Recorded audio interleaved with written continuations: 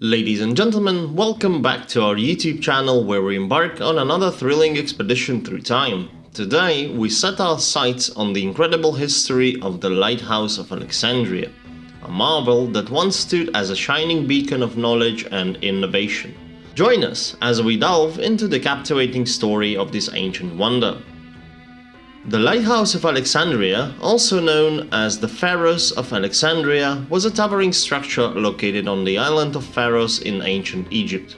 Constructed around the 3rd century BCE during the reign of Ptolemy I and completed under the reign of his son Ptolemy II, this architectural masterpiece is a testament to the ingenuity and engineering prowess of the ancient world. Rising to an astonishing height of approximately 330 feet 100 meters, the Lighthouse of Alexandria was one of the tallest man-made structures of its time. Its primary function was to guide ships safely into the bustling port of Alexandria by emitting a powerful beam of light that could be seen from miles away. This innovative feature made it an engineering marvel of its time and a symbol of a city firmly positioned as a hub of trade and culture. The construction of the lighthouse presented unique engineering challenges. The outer layer of structure was made of white marble, giving it a majestic appearance in the daylight, while a fire atop the lighthouse brilliantly illuminated the night sky.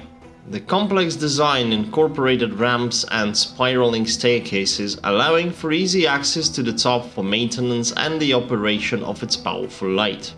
The lighthouse was not only a navigational aid, but also a center of intellectual and scientific activity. The Library of Alexandria, one of the most renowned libraries in the ancient world, was located nearby. Scholars and philosophers would gather to exchange knowledge, making the Lighthouse of Alexandria a beacon of enlightenment and a symbol of intellectual progress. Sadly, the Lighthouse of Alexandria's fate was sealed by a series of earthquakes that struck the region over centuries. The final blow came in the 14th century when an earthquake destroyed much of the structure, leaving only remnants of its glorious past. Nevertheless, its legacy endured through the stories passed down through generations and the awe it instilled in those lucky enough to witness its majesty firsthand. Though the Lighthouse of Alexandria may no longer dominate the skyline, its impact on the ancient culture and maritime navigation cannot be overstated. Its ingenuity and grandeur continue to inspire awe and admiration even in its absence. UNESCO recognized its cultural significance by declaring the area as a World Heritage Site, ensuring that its legacy will be cherished for generations to come. In the game, we get this wonder as the rare wonder, which can be acquired through the Wonder Invention screen of the Wonders of the Ancient World and Wonders of the Stories and Myth. This wonder is very unique and useful at the moment, first of all because of its type and because of the bonuses it provides, which are useful anytime in the game, especially when you go new eras, when you're early game or you're late game, doesn't matter because the bonuses it provides are useful all the time, and especially it is used for the synergy I will explain in the future. The first bonus the Lighthouse of Alexandria provides is that it gets more goods from trade offers. What that means is when you buy something in the trade market from somebody, some goods that you need, you will get more in the percentage of boost that the Lighthouse of Alexandria provides you. Starting with the 5% of the boost on the level 1, it will go all the way higher if you level this wonder till the max level, and you will get 20% more on the level 30. Now you might cite might not be much, but actually it is, because for example I sell my 500 wardrobes, and even if I buy from another person wardrobes, I get slightly bigger amount, so it makes it easier to acquire the resources you need.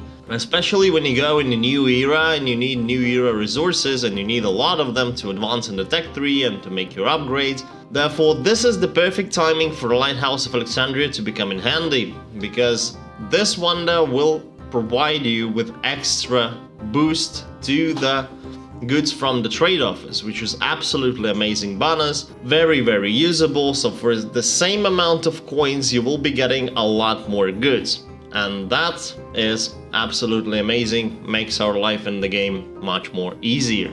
As the second bonus, Lighthouse of Alexandria gets 5% more goods from trade offers extra per every other active naval wonder. Now, as we know, we have only 3 naval wonders in the game.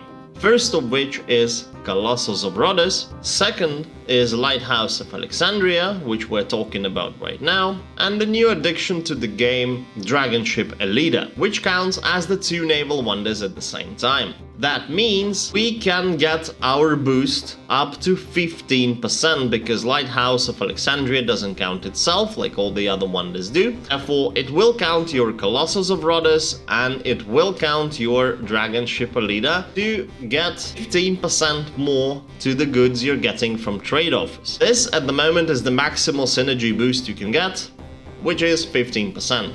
But it's absolutely decent and amazing to have it. As the third bonus, Lighthouse of Alexandria provides us with 1 more trade worker. This doesn't mean you will get 1 more trade slot, no. You will get more workers there. So for example, you sell something for 5 slots and you want to buy something at the same time and all your workers are unloading or loading the goods. This is where Lighthouse of Alexandria dock workers come in handy because you will have somebody extra if you need to buy something urgently. So therefore, it can give you more workers in the long run. Lighthouse of Alexandria provides you with 1 worker each 15 level.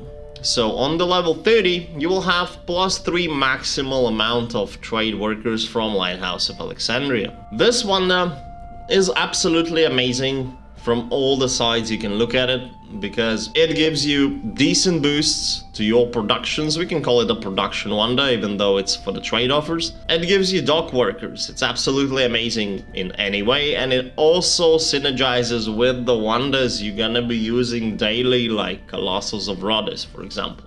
Now let's talk about the synergies of Lighthouse of Alexandria. This wonder is a naval wonder and a temple wonder. As the naval wonder, it can boost only 1 wonder at the moment, which is Colossus of Rhodes, the wonder we would use on a daily basis every day to get more gears from every donation on the player through the wonder donation system. Lighthouse of Alexandria will provide to Colossus 5% more to the gears, which is absolutely amazing, decent amount. It's nice to have it, so before you do donations on other players, be sure to switch on all your naval wonders together with the Colossus. Lighthouse of Alexandria doesn't count itself, therefore it boosts only 1 wonder as the naval. Secondary, this wonder is a temple wonder, which means we always switch it on. If you don't put it on the daily basis on, you can just switch it on whenever you need it to Stonehenge. Stonehenge needs temples to give you more RPs daily, so before you collect RPs from Stonehenge, be sure to switch on all the temples on to get more RP points. That is where Lighthouse of Alexandria comes really in handy. It's a useful wonder and it provides synergy to useful wonders. Next synergy is the Cheops Pyramid. If you're in the middle of Egypt allied culture, and if you're using Cheops Pyramid will get 60 of each previous era good more. Now, as the next wonder, Lighthouse of Alexandria can boost the Tomb of Mausolus. As we know, Tomb of Mausolus, we switch it daily, do 5 quests and switch it off. But if you don't have any other wonders and you keep it on for 24/7, then Tomb of Mausolus will get 100 current era primary goods more by having active temple like Lighthouse of Alexandria. The next wonder Lighthouse of Alexandria temple synergy comes in handy is Forbidden City. Forbidden City is allied culture of China specific wonder. If you use it during China time, then you might get 60 of each of current era goods more by having temples active, one of which is Lighthouse of Alexandria. That's it for the synergies of this wonder. The next wonder we're gonna be talking about today is Forbidden City. The Forbidden City, located in the heart of Beijing, China, served as the imperial palace for almost 5 centuries, from the 15th century until the early 20th century. Its construction began in 1406 during the Ming dynasty and was completed in 1420. This sprawling complex spans approximately 180 acres and houses over 980 buildings. making it one of the largest palace complexes in the world. The significance of the Forbidden City extends far beyond its sheer size and architectural grandeur. It was the political and ceremonial center of the Chinese Empire, housing emperors and their households from the Ming to the Qing dynasty. The name Forbidden City reflects the exclusivity of the palace complex, as it was strictly off-limits to ordinary citizens and only accessible to the emperor, his family and trusted court officials. The design and layout of the Forbidden City are a testament to the intricate planning and attention to detail that characterize the imperial Chinese architecture. The complex follows the principles of Feng Shui, which carefully positioned gates, halls and gardens. A central axis known as the Golden Axis divides the complex symmetrically, leading up to the iconic Hall of Supreme Harmony, the pinnacle of imperial architecture. The Forbidden City consists of numerous palaces, halls, courtyards and gardens, each with its own unique significance and purpose. Hall of Supreme Harmony, for instance, served as the venue for important ceremonies and imperial enthronements. The Palace of Heavenly Purity housed the Emperor's private living quarters, while the Hall of Mental Cultivations was where the emperors conducted their day-to-day affairs. The Forbidden City not only served as the seat of power, but also acted as a custodian of Chinese history and culture. Its vast collection of art, calligraphy and historical artifacts, including imperial treasures and precious artifacts, affirms its role as a cultural repository. Today, the Palace Museum, located within the Forbidden City, showcases the wealth and splendor of Chinese history to visitors from around the world. UNESCO recognized the immense cultural historical value of the Forbidden City by designating it a World Heritage Site in 1987. This prestigious recognition ensures its preservation, allowing future generations to witness the magnificence and legacy of this extraordinary architectural masterpiece. In the game, we get Forbidden City as the wonder of the great empires. Rare wonder. Forbidden City is China allied culture exclusive wonder. It's not usable before and not really usable after. You can use it, of course, but there is just so little point to do that. Therefore, it's not usable not before, not after.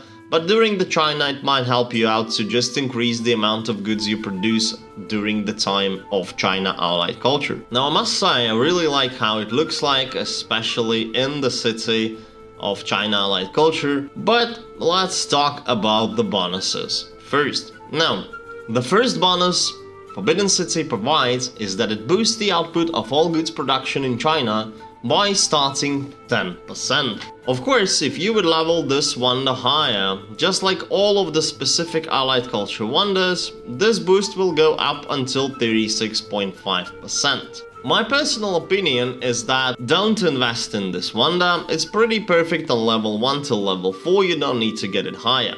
Because the amount of resources you would need to invest in it is not worth it, because it's only needed during its specific allied culture. The boost on the level 1 of 10% is actually very decent to make your gameplay more smooth and easy during the China. But China allied culture is very easy to do. It's not like Mayans or Vikings. China is more like a middle between the Egypt and the Maya, therefore it's easily completed even without it. But if you have it, be sure to switch it on just to get that slight little boost on top. As the second bonus, Forbidden City provides us with production. It produces 100 of each current era good in one day on level 1. Now, this boost is for the capital city, that's why you might say it's usable before and after allied culture, but in Allied City you produce enough and even a lot of the production goods, you get a lot more from the trade market, so it's not really needed because the amount is really low.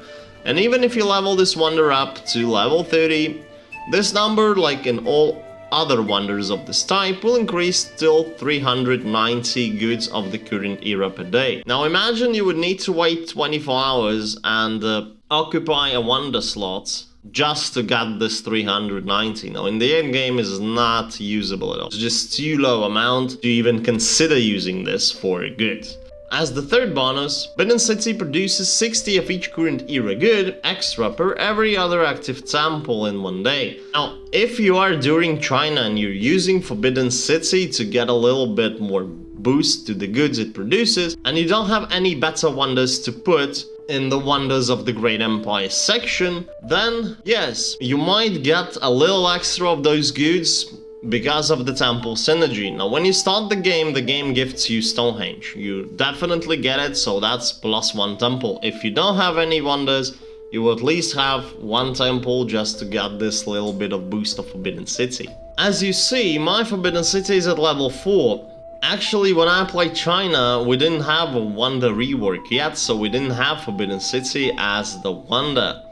I don't actually recall why I leveled it up till the level 4, but you know, sometimes we do things, we want to try how they work and stuff after the wonder rework.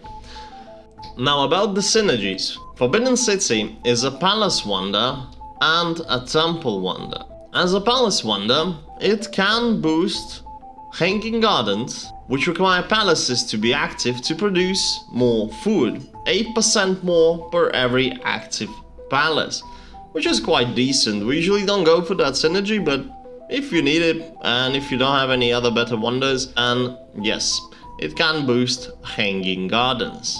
The second wonder Forbidden City can boost as the palace. It is Valhalla, the new addition to the game, and for having active palace, it will give 1.5% of damage boost to all of your units. Now, this is not really useful, and you will not feel the difference of that 1.5%. But if you have any questions about Valhalla, feel free to watch my video about that wonder. Now secondary, this wonder is a temple, and as a temple it can boost certain wonders. First of which is Stonehenge, which will give you more RP points for having temples active, but usually we switch those temples on just before collecting from Stonehenge and then switch them off because we don't use them. Now the next one is Cheops Pyramid. If you're in Egypt, use Cheops Pyramid, you will get 60 of each previous era good just by having the temple active. Then we have Tomb of Mausolus to produce 100 current era primary goods more just by having temples active. And then we have Forbidden City itself, but of course it doesn't count itself then. And then that's it about the synergies. So I must say that Palace Synergies is very undeveloped in this game. Only few wonders require it, and temple wonders, mostly we use them just to get that extra RP points from Stonehenge and that's it, or for some certain production but small, like Tomb of Mausolus, where you do 5 quests, collect 5 chests and then switch it off. Conclusion. Today we talked about the 2 world wonders. First of which is Lighthouse of Alexandria, absolutely amazing wonder by every bonus it provides and by the synergy it provides, because it gives us more goods from the trading, it gives us dock workers, and it also synergizes with naval wonders because it is a naval wonder, so it can boost Colossus of Rhodes to get us more gears, to acquire blueprints faster and materials faster. The second wonder we talked about today is the Forbidden City, China-specific allied culture wonder, which is only usable during the China allied culture. My suggestion is to not invest in it because you will not use it before and will not use it after. And the amount of resources that are required to get the wonder to the max level is absolutely insane, so don't invest your resources in something like Forbidden City, because it's only beneficial to have it during the China allied culture, which is 2 eras, early Rome and a Roman Empire. And on this note, I thank you all for watching. Hit a like if you like my content, subscribe for more, and I'll see you on my next video.